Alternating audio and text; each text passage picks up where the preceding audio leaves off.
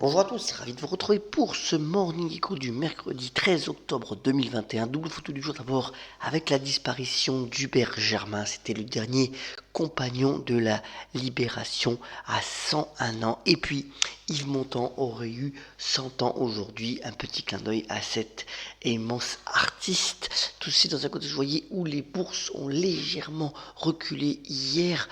Pour l'essentiel, ce matin aussi en Asie, c'est une légère baisse. Alors, l'information de la nuit, c'est essentiellement donc Apple qui pourrait baisser ses objectifs de production pour le nouvel iPhone, donc 13, 4, 10 millions donc, de modèles seraient mis en cause à cause et bien essentiellement de restrictions sur les puces qui vont à l'intérieur de la part de grands fournisseurs, notamment comme Broadcom, donc Apple qui devait produire 90 millions d'iPhone sur des trimestres pourrait en produire que 80 millions. Vous voyez une certaine lassitude du point de vue du Nasdaq, même si la hausse donc engrangée depuis le début de l'année reste assez solide, plus de 13% donc pour le Nasdaq 100 notamment. Alors voilà, un petit peu d'incertitude sur ce contexte. On jouera aujourd'hui deux éléments importants, l'inflation aux États-Unis, mais aussi les résultats de JP Morgan, donc qui commenceront le bal de l'application des résultats des grandes banques entre aujourd'hui et demain. Un point de vue macroéconomique assez intéressant, et bien c'est le FMI qui a revu légèrement à la baisse ses prévisions de croissance mondiale, 5,9% cette année, même si, comme montre le graphique à gauche, et bien la majorité des grands pays donc on démontre que le PIB donc respectif aura dépassé le niveau de 2019, c'est quand même une bonne nouvelle, mais le Fonds monétaire met en avant qu'il est vital de combler le fossé vaccinal entre les pays riches et les pays pauvres pour retrouver une croissance plus homogène à travers le monde. C'est quand même assez significatif si l'on veut que cet élan que l'on connaît actuellement puisse perdurer dans le temps. Autre élément aussi dans la presse, eh bien, c'est du point de vue de l'immobilier. Vous voyez que les taux donc d'emprunt restent faibles, comme le montre le graphique à gauche, relayé par le Parisien ce matin, qu'il s'agisse de taux à 20 ou 25 ans sur le mois de septembre, ça reste encore très bas. Et vous voyez que aussi, bien entendu, dans le contexte plus inflationniste actuellement, eh bien, la pierre reste encore donc une valeur refuge de premier ordre, puisque finalement, les taux de crédit immobilier sont plus bas que le taux d'inflation. Alors cette situation pourrait changer en 2022 dans le courant de l'année, même si pour le moment il reste encore très intéressant donc d'acquérir de l'immobilier au vu des conditions de crédit. Alors, deux points sur les résultats des entreprises avant d'en venir au focus du mercredi.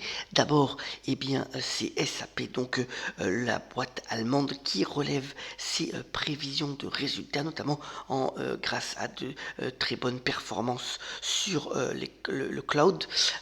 Donc, belle révision en hausse. Et puis, LVMH a publié donc son chiffre d'affaires hier soir après la clôture. Là aussi, c'est plutôt bon, de bonnes des résultats solides donc pour les ventes en Chine notamment et en Amérique du Nord, pas vraiment d'essoufflement et aussi de bonnes perspectives notamment pour la dernière acquisition Tiffany dans la joaillerie qui a montré là aussi un bon dynamisme. Alors la réaction en bourse ce matin devrait être positive, ça devrait être contenu, pas aussi spectaculaire que nous avons eu lors des derniers résultats donc d'LVMH, mais enfin ça reste une performance plutôt solide.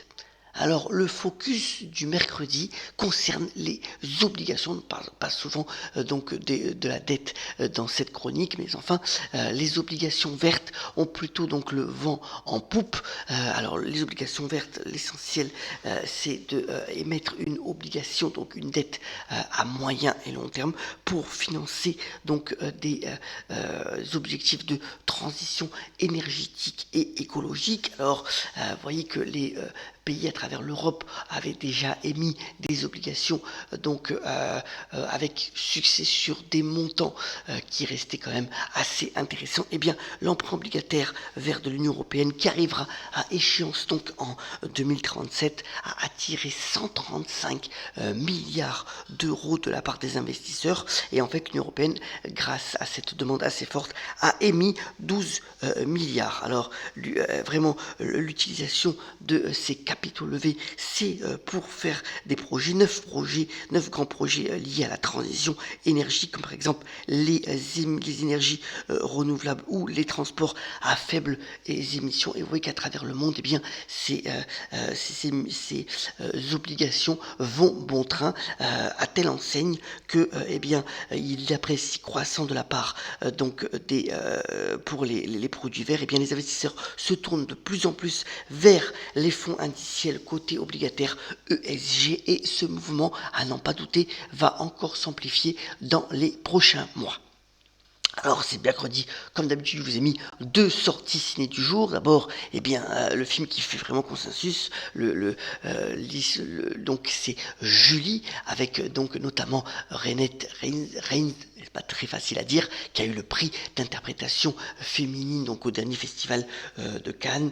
Il s'agit donc d'écrire eh bien, les aventures du point de vue romantique d'une jeune femme de 30 ans qui se cherche dans la vie, qui doit faire des choix cruciaux, et c'est pas facile. Alors vraiment la presse est dithyrambique sur les performances de cette actrice. Et puis un film plus d'action, donc le nouveau Ridley Scott qui s'appelle Le Dernier Duel, notamment avec Matt Damon et Ben Affleck.